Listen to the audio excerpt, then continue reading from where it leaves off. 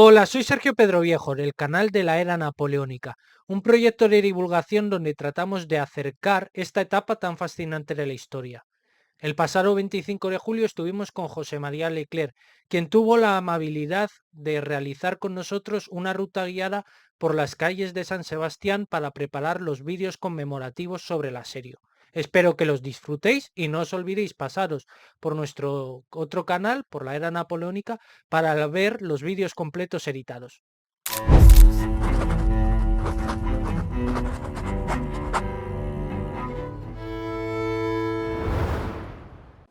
Bueno, sería un poco eso, si nos puedes hablar de cómo retrocedieron los franceses una vez ya se ven atrapados entre dos frentes, porque estamos en el punto donde convergen las tropas británicas y las tropas portuguesas. Bueno, pues nos encontramos en uno de los puntos claves de la defensa de la retirada francesa. Hay que tener en cuenta que los ingleses y algunas tropas portuguesas venían desde esa zona de ahí y los portugueses desde la brecha pequeña venían de ahí. La intención de los portugueses era cortar la posible retirada francesa hacia el castillo. Por ese motivo estamos ante una de las ventanas que guardan todavía restos del combate. El edificio que está a mi espalda es el edificio de San Vicente, la parroquia de San Vicente, que en tiempos de la Guerra de Independencia, en tiempos del asedio, fue hospital de sangre. Yo entiendo que es muy duro para los franceses el saber que tienes que retirarte y dejar dentro del edificio a un montón de compañeros tuyos heridos, que van a caer irremisiblemente como prisioneros. Entonces, uno de los últimos puntos de defensa de la ciudad justamente es la ventana que tengo encima de mí a mi espalda. Es la ventana de la sacristía que coge de en flanco la antigua calle de San Juan, que estaba justo en este sitio. Se pueden ver los impactos de bala británicos alrededor de la ventana y que te explican una historia bastante trágica, ¿no? Abandonar, como he dicho, a tus compañeros. Una vez abandonada la iglesia, los franceses siguen la retirada por la actual calle de 31 de agosto, antigua calle Trinidad, hacia la Basílica de Santa María, y desde ahí ya subirán al castillo para su última defensa hasta el 8 de septiembre. Aquí dentro había británicos heridos, portugueses heridos, que lógicamente van a ser salvados por sus compañeros. Y cuando los británicos están ya dentro, justamente aquí también se produce uno de los hechos más lamentables, que es el asesinato de la mujer de Manuel Vikendi, que era un médico, curiosamente por los papeles que he encontrado, que estaba al servicio de los franceses, pero luego aparece también como uno de los donostiarras no acusados de afrancesamiento. Justo en el portal que da enfrente a la pequeña puerta, ahí vivía Vikendi. Su mujer recibió un disparo en el patio interior, se oyeron gritos, se asomaron a la ventana o al balcón interior de la casa y un soldado inglés disparó. Manuel Vikendi logró apartarse, pero a la mujer le entró la bala, pone por la tetilla, encima de la tetilla. Agonizó, murió en un charco de sangre en la cama, justo en el momento en que entraron más soldados a la casa. Intentaron violarla, incluso agonizante, intentaron violarla. Manuel Vikendi salió corriendo al hospital de sangre a pedir ayuda a los oficiales británicos que habían sido heridos, que él había ayudado, que logran sacar a los soldados y evitar ese acto tan salvaje. Logró que su mujer, una vez fallecida, fuera enterrada en este atrio. Es muy duro, la verdad es que es muy duro todo lo que estoy diciendo y no tiene una explicación, porque hay que recordar que las tropas británicas y portuguesas eran aliadas de los donostiarras, ¿eh? Es un acto de guerra que es incomprensible con la mentalidad actual. Nunca se puede valorar estos hechos con la mentalidad actual, pero es un acto totalmente incomprensible que unas tropas aliadas hagan eso con la gente que teóricamente vienen a liberar. Ya, vale. Bueno, sé si nos puedes hablar un poco de la muralla, del sistema defensivo, de por qué fue tan difícil de asaltar la muralla y cómo eran los combates en la brecha. Vale, pues nos encontramos justo en la brecha, en lo que antes ya fue, en el asalto del 31 ya era todo brecha. No queda ningún testimonio así visible a nivel de suelo, más que un recordatorio con esta línea roja, que digo yo la línea de sangre, que es el trazado antiguo de la muralla. Todo lo que vemos aquí, más o menos desde el árbol de allí hasta pasado este edificio, todo era brecha. Muy fácil de atacar en teoría, porque visto desde fuera era un terraplén fácil de subir, pero los franceses en la parte trasera habían limpiado los escombros y una vez ya en el alto de la brecha se encontraban con un desnivel de entre 4, 5, 6 metros, depende del sitio, que había que saltar. Y toda la parte trasera despejada, es decir, que el que se asomaba estaba a vista de todos los voltigeurs de élites franceses que habían hecho aspilleras en los edificios, habían crenelé los edificios y eran blanco fácil. Toda esta zona, aquí calcula, sobre San Sebastián cayeron entre el asalto a San Bartolomé y el asalto a la ciudad unos 72.000 proyectiles. Estamos hablando de una ciudad pequeña, esto es, yo muchas veces he dicho, puede ser metros cuadrados más bombardeados de Europa hasta la Primera Guerra Mundial. 3 trenes de artillería se trajeron contra San Sebastián, 3 trenes de asedio, no 1, 3. Fue una cosa espantosa para los vecinos. Yo calculo, hay que ponerse en la época. Los disparos de aquí se oían hasta en San Juan de Luz. Calcula lo que son 72.000 disparos durante 2 meses, el ruido que tenía que haber en este sitio. Aquí pues murieron 1.000 personas. 1.000 personas y no hay más que este pequeño recuerdo. Restos arqueológicos. En el parking que está a nuestros pies hay algún resto de muralla con una puerta de acceso al semibaluarte que existía aquí, el de Santiago. La muralla real, la más grande, empezaba justo donde están esos árboles. Ahí estaba la rampa abierta en brecha y arriba estaban las barricadas, había una serie de barricadas con la tropa de élite francesa. La gran explosión que desbarata la defensa francesa se produce justo ahí arriba. Un proyectil impacta, cuando ya el asedio estaba fracasado, el asalto estaba fracasado, pero un proyectil impacta en una de las barricadas, en el depósito que tenían de munición, y por simpatía explotan las barricadas que hay atrás. ¿Qué ocasiona eso? Que toda la tropa de élite, todos los granaderos y los voltigeurs del 22, del 34, del 62, saltan por los aires. Yo he encontrado en las fichas particulares de cada uno de los soldados quemado en la brecha, muerto en la gran explosión de la brecha. Fue algo que desbarató totalmente la defensa francesa. Estamos en la plaza de la Brecha. El nombre de la Brecha, muchos donostiarras piensan que solamente es por 1813, pero realmente es del asedio anterior de 1719. Siempre ha sido conocida como la Brecha. Curiosamente no hay ningún monumento, ni ninguna placa, ni nada que mencione lo que realmente pasó aquí. Solamente se ha conservado el nombre de la Brecha. Aquí se produce uno de los hechos más curiosos, que es la actuación del capitán Loisel de Lautier, salvando a los heridos británicos en el asalto fallido del 25 de julio. Cuando el asalto ya ha fracasado, la artillería británica empieza a disparar y empieza a matar a sus propios compañeros. El capitán del 22 de Granaderos, Loisel, no soporta lo que está viendo, se expone al fuego artillero, moviendo la espada, avisando a las baterías enemigas que cesen el fuego. Sir Augustus Simon Fraser, que es el jefe de artillería, lo ve y manda parar los disparos. Este acto al capitán Loisel le supone la amnistía. Solamente hubo 3 oficiales amnistiados por Wellington entre los defensores franceses. Y uno de ellos es el capitán Loisel de Larmentier, por la actuación humanitaria que tuvo para con sus enemigos. Justo aquí hay que pensar que tenemos aquí la muralla destruida, el corte que ha hablado de la muralla. Todo esto sería un espacio despejado y las casas antiguas, porque no se conserva ninguna de ellas, pero más o menos que conservan el trazado de estas que se ven al fondo, estaban, como he dicho antes, crenelés. Es decir, que todo este espacio despejado estaba dominado por los fusileros de élite franceses que estaban puestos dentro de esas paredes.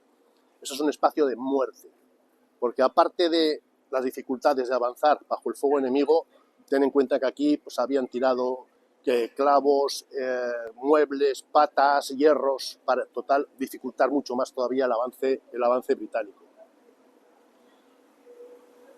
Restos, como he dicho, no se conserva nada. Solamente en el parking podemos encontrar algunos fragmentos de muralla. Del cubo de hornos se conserva una parte bastante importante, que lamentablemente ahora no podemos ver porque está toda esta zona en obras. Lo demás, absolutamente nada.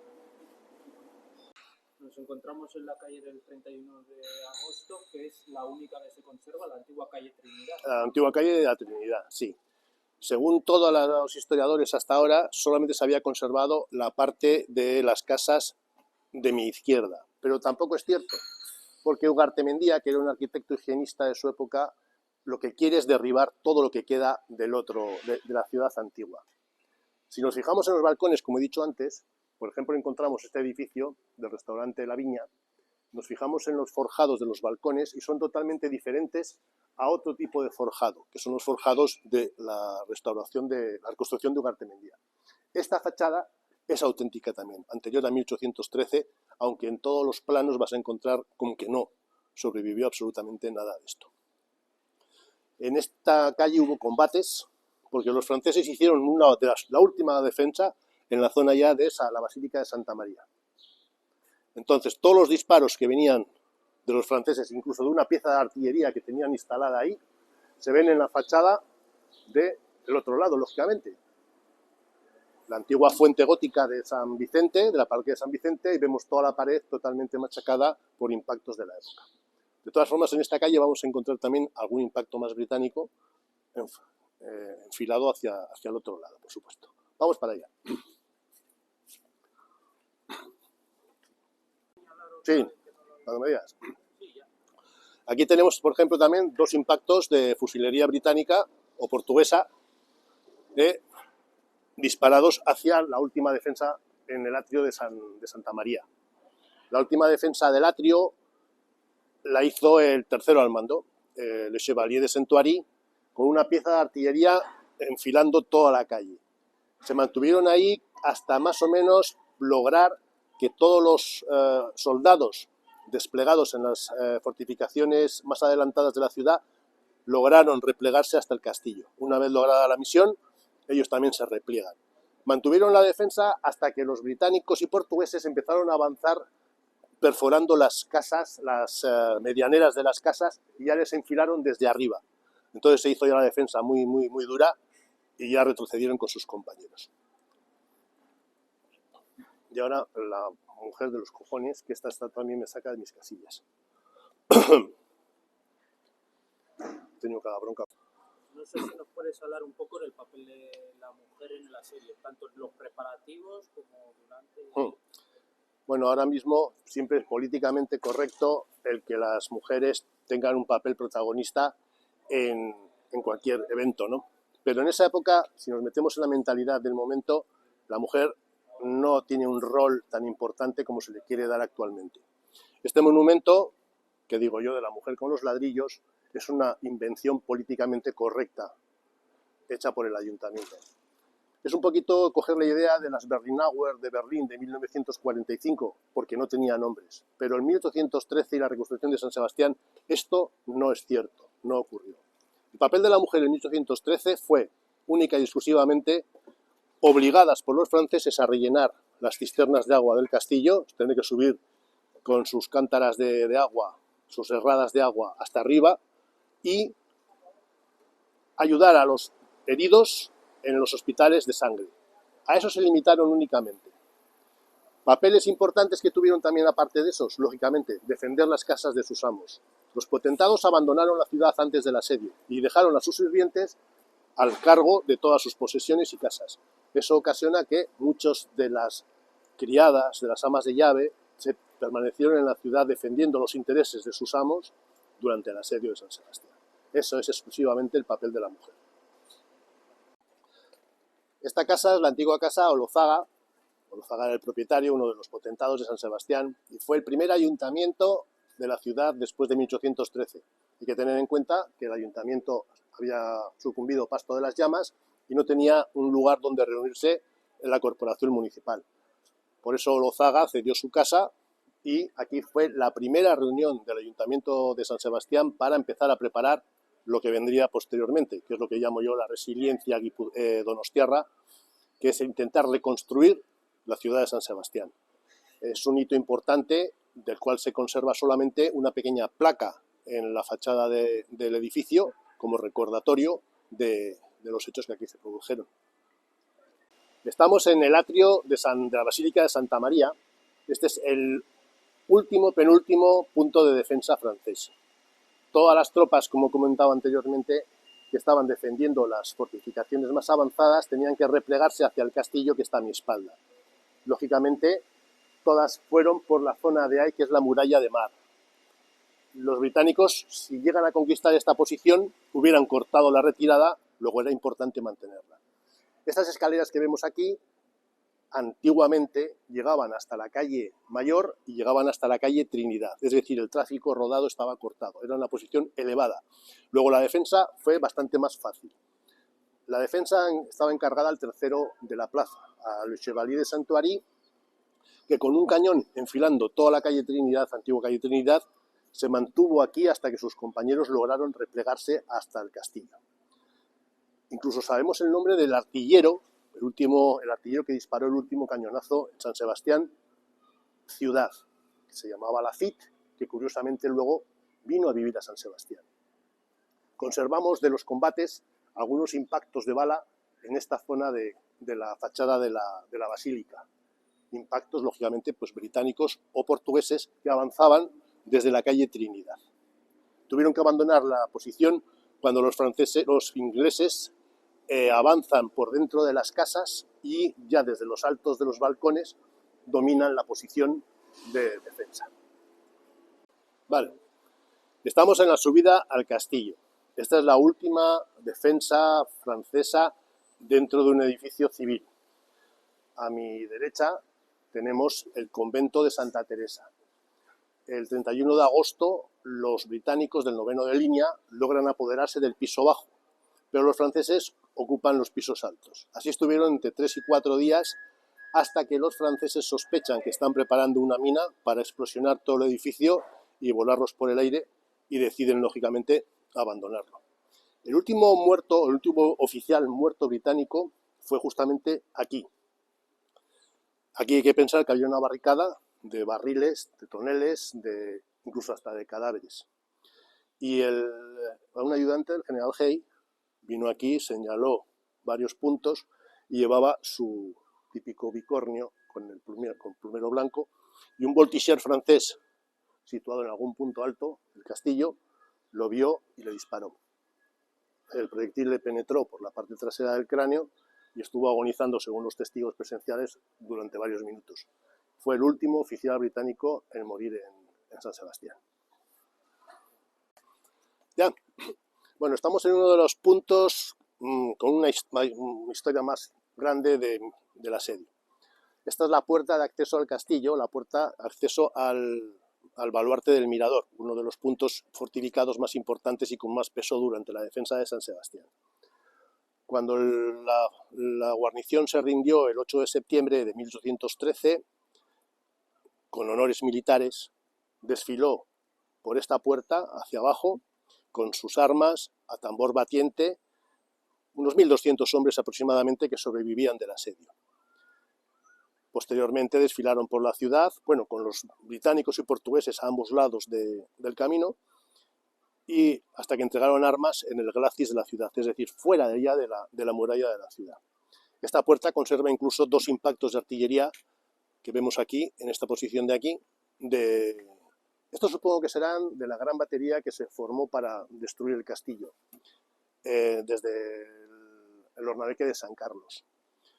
Son impactos importantes, pero claro, ahora mismo están también bastante tapados por la vegetación. No podemos ver el muro principal de la fortificación, que está reconstruido en ladrillo, porque en cuestión de 2 horas abrieron en brecha totalmente la fortificación del Mirador. Como podemos ver a mis espaldas, San Sebastián de 1813 era una ciudad que estaba constreñida por dos líneas de agua. Una es el río Urumea, que es el que vemos que se mete hacia adentro, que era una frontera y una defensa natural de la ciudad. Toda la zona de San Sebastián que vemos más allá del Urumea es la zona de baterías de artillería británica. Incluso en el Monte Uría, la primera casa que vemos de color gris ahí en lo alto, era la batería más alta del asedio de San Sebastián. Desde esa batería disparaban los Sharpel contra el castillo con su mecha y explotaban antes de llegar a tierra. Desde las baterías aliadas disparaban contra la ciudad de San Sebastián y desde las baterías aliadas una columna, el 31 de agosto, una columna portuguesa, cruzó el Urumea con fusiles en la cabeza bajo el fuego de esta fortificación, que estamos en el baluarte del Mirador. El 25 de julio, en el desastre del ataque aliado, que fue una auténtica carnicería para los británicos, salieron aproximadamente de donde está el Hotel María Cristina, que es un edificio de piedra que vemos allí. Tuvieron que ir en línea recta, más o menos, hacia la iglesia de San Vicente, sería una línea recta, que ahí, recibiendo todo el fuego de fusilería del Ornabeque de San Carlos, que los cogía desde el lateral. Cuando llegan a la brecha, que es la zona un poquito más próxima a esos árboles de color verde, se encuentran con lo que hemos hablado antes, la muralla cortada también porque se habían retirado los escombros interiores. El desastre es total. Tropas que no pueden avanzar, la primera columna ve que no puede lograr su objetivo y retrocede. El ataque se desarrolla en una franja de tierra muy estrecha, limitada por la muralla y limitada por el Urumea. Entonces, la siguiente columna que va avanzando se encuentra con la que está retrocediendo. O sea, hace un tapón y una desorganización total del ataque. Todo ese tapón sometido al fuego de fusilería francés que les dominaba desde la muralla. Resultado, pues el resultado que conocemos todo. Una carnicería británica enorme y luego una acusación a la quinta división británica por parte de Wellington y el alto mando de no haber dado lo que se debía de dar en un ataque, de falta de empuje a la hora del ataque. Un auténtico insulto para la quinta división, sobre todo pues, para los Royal Scots, que son los que sufrieron más bajas, que en el 31 de agosto, cuando Wellington, para enseñar a la quinta división cómo se ataca una posición, forma ese grupo de voluntarios, de 750 voluntarios recogidos entre las divisiones que están rodeando San Sebastián, casi hay una insurrección, un levantamiento militar de la quinta división. ¿Por qué? Porque es un insulto. En las trincheras ya repletas de soldados para atacar el 31 de agosto, casi hay un enfrentamiento entre compañeros de ejército. Los hechos son claros. Yo creo que el número de muertos que sufrieron la quinta división británica atacando la brecha el 25 de julio dice bien claro que ahí no hubo falta de valor en ningún momento. Tenemos casos incluso particulares como el de Colin Campbell, que subió la muralla 3 veces, la brecha 3 veces, y fue herido 2. No se puede acusar a la ligera a alguien de falta de valor o falta de combate cuando ha firmado el documento con tanta sangre de sus compañeros. Bueno, estamos ahora mismo en el Monte Urgul, en el cementerio que conocemos como el cementerio de los ingleses. Nada tiene que ver con 1813, hay mucha equivocación, incluso de historiadores, hablando que aquí hay enterramientos de la Guerra de Independencia y del asedio de San Sebastián. No es cierto.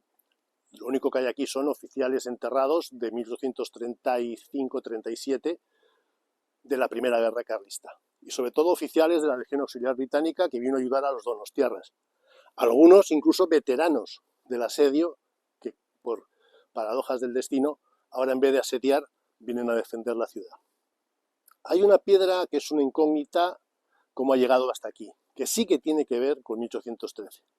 Muchos turistas británicos vienen al cementerio preguntando ¿dónde está la tumba de Sir Richard Fletcher, el jefe, teniente coronel de los Royal Engineers británicos, muerto al comienzo del asalto del 31 de agosto? Según la gente, está aquí, pero no es cierto. Richard Fletcher fue enterrado con otros oficiales, Rhodes, Corrier y Machel, en el Alto de Echerrota, fuera de San Sebastián, en una colina. Y la tumba se debió de perder más o menos en la Primera Guerra Carlista. De esa tumba ha aparecido una piedra de arenisca con el nombre de los ingenieros, que curiosamente está aquí reaprovechada en la construcción de la tumba de Sara y su hija Matilde de 22 meses. No se puede ver muy bien, pero si nos fijamos en las letras, pone The Sacred Memorito, Teniente Coronel Sir Richard Fletcher, Machel, Collier y Rhodes, que son los ingenieros muertos en la serie. Incluso el restaurador del Museo de los Royal Engineers de Londres se puso en contacto conmigo para ver si era posible esta lápida llevársela a Inglaterra. Por supuesto, le dijimos que no.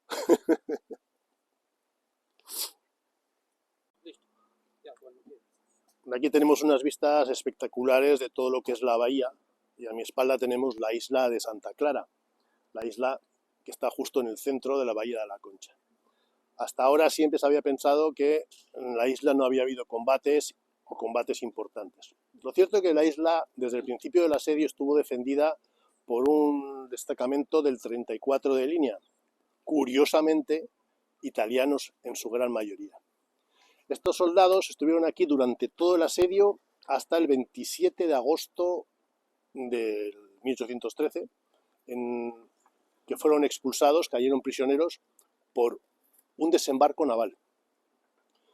Tropas de infantería de marina, tropas del 9º de línea, desembarcaron en la isla, hubo un combate, hubo muertos y al final se rindieron. Toda esta zona que vemos de entrada al puerto, a la bahía y al puerto de San Sebastián, estaba dominada por toda la escuadra del comodoro Collier, que bloqueaba San Sebastián por mar. El buque principal del bloqueo es la fragata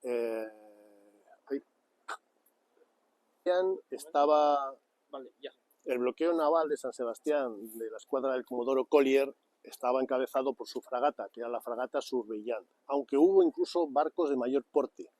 Por ejemplo, está el HMS Ajax, que es un barco tipo lo que conocemos tradicionalmente de la batalla de Trafalgar, navío de varios puentes con una potencia de fuego inmensa. Todo San Sebastián bloqueado por mar, pero fracasó el bloqueo. Realmente fue un fracaso de bloqueo marítimo, cosa que enfadaba mucho a Wellington, porque había continua comunicación con San Juan de Luz, con el puerto de Socoa. En el puerto de Socoa, el comandante del puerto, que era el capitán de fragata de Poitiers, se encargó de que hubiera una constante comunicación con San Sebastián. Comunicación que se traducía en entrada de material, entrada de víveres, entrada de munición y salida de heridos de la ciudad. Es curioso que el fracaso del 25 de julio saliera en prensa francesa, antes de que se enterara el gobierno británico, cosa que también enfadó mucho a Wellington. ¿Por qué fracasó el bloqueo? Pues porque tenemos que tener en cuenta que, bueno, aparte de las fragatas y como goletas y bergantines, también había lanchas pequeñas, pero no podían competir con las lanchas, las trincaduras que venían de Socoa, porque eran lanchas de remo y vela, que podían maniobrar muy fácil entre la escuadra. Hay auténticos periplos curiosos de esas lanchas que llegan incluso a estar más de un día para poder entrar en el puerto de San Sebastián. Ya te digo, es un bloqueo fracasado, entre comillas. La escuadra no llegó a bombardear la ciudad. Hubo algún cañoneo con las fortificaciones de la parte de mar del Monte Urgul. Principalmente su labor también estuvo en el problema del suministro de agua al final del asedio. Cuando los franceses están encerrados en el Monte Urgul, calcula que en el monte pues había más de 2000 personas, entre militares en activo, heridos y civiles y familias, y no tenían suministro suficiente de agua. Hay una fuente en el Paseo Nuevo que se conserva todavía, es una fuente fortificada a prueba de bombas, pero los soldados franceses para bajar a esa fuente estaban expuestos al fuego de toda la escuadra de Collier e incluso al fuego que hacían la batería que se levantó en la isla de Santa Clara una vez caída en manos aliadas. El problema del agua siempre es importante. San Sebastián tuvo la suerte, entre comillas, de sufrir un verano bastante húmedo, por lo cual los pozos y los aljibes siempre tenían algo de agua. Pero cuando ya se reduce el lugar, el espacio de una población tan grande, el agua es vital, como suministro, como algo vital para sobrevivir y también vital para los hospitales. Esto estaba lleno de heridos y tienen que estar atendiéndolos incluso al aire libre, porque estaba todo el castillo machacado totalmente por la artillería británica. Y el continuo explotar de los Sharper británicos con 200 balas que desparraman, que es lo que ahora llamamos fuego de granizada de fuego de granizo, era algo terrible. Los franceses, algunos dicen que se enterraban en vida, o sea, claro, buscaban cómo protegerse de toda esa lluvia de plomo. La escuadra Collier es un personaje curioso, un personaje que luego en la guerra contra los estadounidenses tiene un problema en un combate, es muy criticado y al final el pobre hombre en una depresión se corta el cuello con una navaja y se suicida. Después del fracaso del 25 de julio, los franceses notan que las baterías empiezan a perder cañones. Entonces, quieren saber qué está ocurriendo fuera de la ciudad.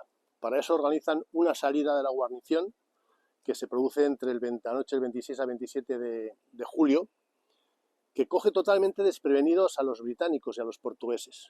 Es una salida importante en 3 columnas que consigue 400 prisioneros, sobre todo portugueses. A consecuencia de ese desastre, el jefe que estaba en ese momento en las trincheras británicas, el mayor O'Halloran, tuvo un juicio incluso militar, salió exculpado, pero tuvo que soportar un juicio militar por el desastre de la salida francesa. ¿Por qué salieron? Para coger información. No sabían qué estaba pasando exactamente, si los ingleses habían levantado el asedio, si seguían ahí, había que saber lo que ocurría fuera de las murallas, después del desastre que habían sufrido. En ese momento también se produce la gran batalla de los Pirineos. Wellington tiene que sacar toda la artillería por si acaso perdían la batalla y podía caer toda la organización que habían montado frente a las murallas en manos francesas, del mariscal Soult, que venía cruzando el Bidasoa. Entonces, por si acaso, manda toda la artillería al puerto de Pasajes para meterla en los barcos. Nada más conocer ya la victoria de los Pirineos, todo el trabajo de sacar la artillería se tiene que echar para atrás, se tienen que montar otra vez todas las baterías y empieza ya la segunda parte del asedio de San Sebastián, que ya es el sitio, la parte del sitio que terminará con la destrucción de la ciudad. Estamos ahora mismo en la plataforma superior del castillo. Luego esta plataforma, a nuestra espalda, tenemos lo que se llama históricamente el donjon, que es la parte más alta y protegida del castillo del Santo Cristo de la Mota de Urgul. En esta pared que vemos aquí tenemos cantidad de restos de impactos de artillería de las baterías de Ullía y las baterías que estaban en los arenales de Gros. Toda esta zona de aquí sería una zona totalmente imposible que nadie estuviera aquí durante el bombardeo. Hay que calcular la metralla, los fragmentos de piedra, todo esto. Sería una zona, que digo yo, una zona de muerte. Arriba podemos ver las ventanas, que son las ventanas de las antiguas estancias del gobernador militar del castillo. De eso ya no queda nada, porque en 1950 se erigió arriba un monumento al Sagrado Corazón y tuvieron que colmatar todo el castillo, la cisterna que había arriba, una cisterna de agua, y toda la zona de los nobles del castillo, todas las habitaciones del gobernador, se transformaron en una capilla religiosa. Son otros tiempos, hay que verlo con los ojos de otro tiempo, pero históricamente pues es un auténtico asesinato arquitectónico del Castillo de la Mota. Estamos en la entrada norte del castillo. Esta es la puerta de acceso al castillo, era una antigua puerta levadiza, y tenemos 2 estancias a ambos lados. Ahora mismo se dice que eran antiguos calabozos. Realmente no son calabozos porque nadie va a poner a los prisioneros al lado de la puerta de la fortificación. Esta era la zona de oficiales y aquí estaba la zona del retén de guardia.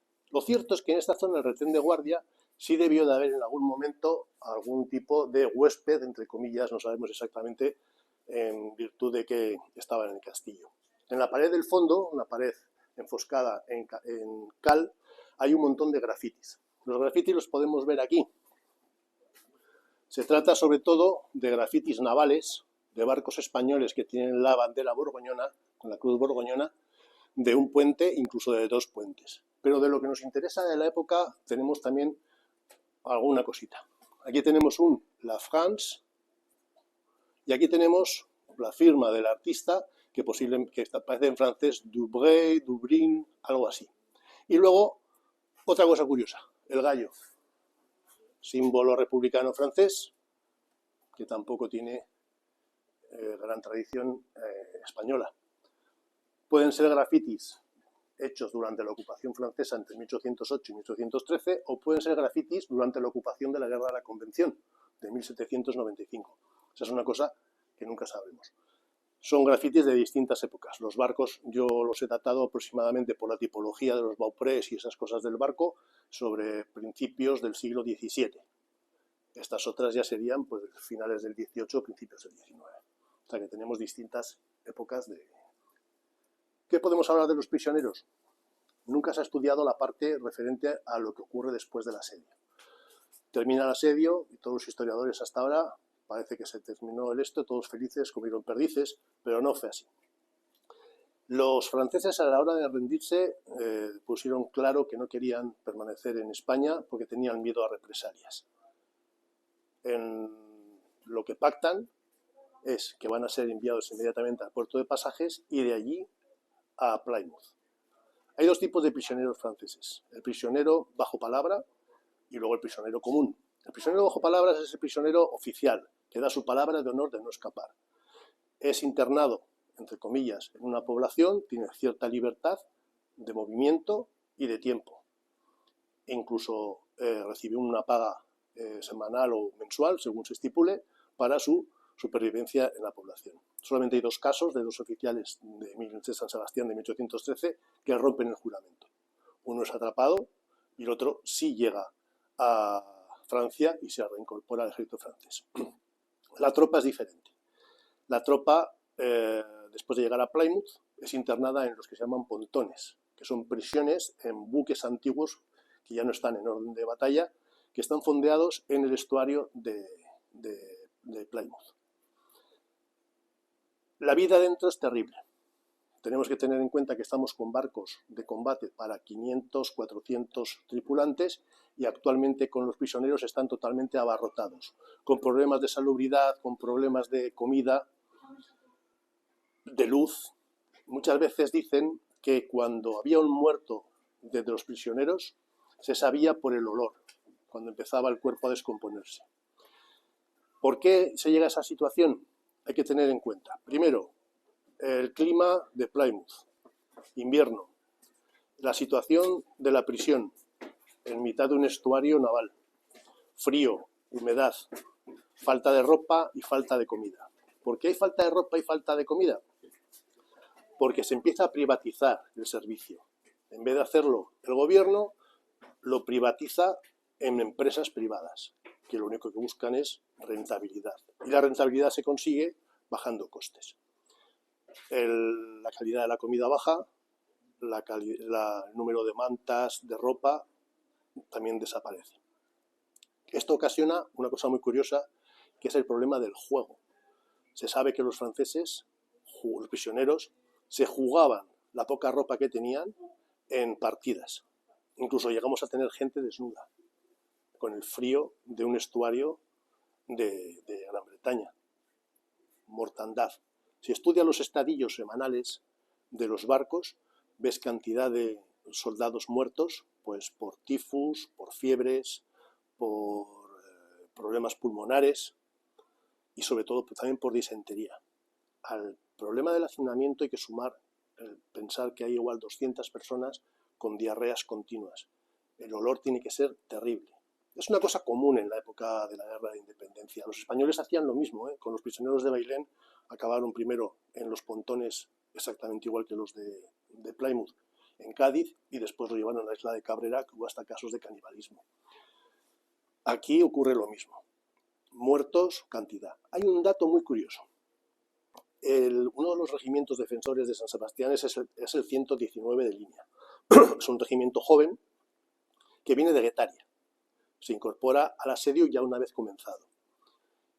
cuando abandonan Guetaria dejan una mina preparada con una mecha lenta que explota cuando entran los españoles al castillo de San Antón, del Ratón de Guetaria. Eso no se lo perdonan. El capitán que viene, menos mal que murió en el asedio, porque se le estaban esperando que cayera prisionero. Y lo más curioso es que, siendo un regimiento joven, el 119, es el que tiene mayor porcentaje de muertos en las prisiones británicas de los pontones. Yo ahí dejo la página abierta y en blanco para que cada uno escriba sus opiniones, pero a mí me da a entender que hubo un trato especialmente fuerte para con esos chavalillos que venían de Guetaria a consecuencia de la venganza por la mina que dejaron. Restos de la batalla aparecen de vez en cuando casualmente. Estas son las típicas carronadas, se llaman carronadas en recuerdo a la fundición Carronade, donde se hicieron las primeras piezas. Algunos de estos cañones aparecieron por las mareas y tempestades, incluso en la playa de la Concha, arrastrado por las olas. Posiblemente sean restos de los hundimientos que sufrió la Armada Británica, no durante el asedio. En el asedio no tuvo ningún hundimiento, pero posteriormente sí por los temporales de enero. En enero se pierden dos barcos. Uno es el HMS Holly, que es una goleta que sí que participó en el asedio de San Sebastián, y otro es un barco, un cárcel, que es el Queen Charlotte, del cual se han salvado dos cañones que están en el Aquarium de San Sebastián ahora en la fachada, que son de bronce preciosos. Estas son las carronadas, que son cañones pequeños navales, pero con un potencial destructivo enorme. Todas estas están sacadas del agua, posiblemente de los restos de los naufragios de la época.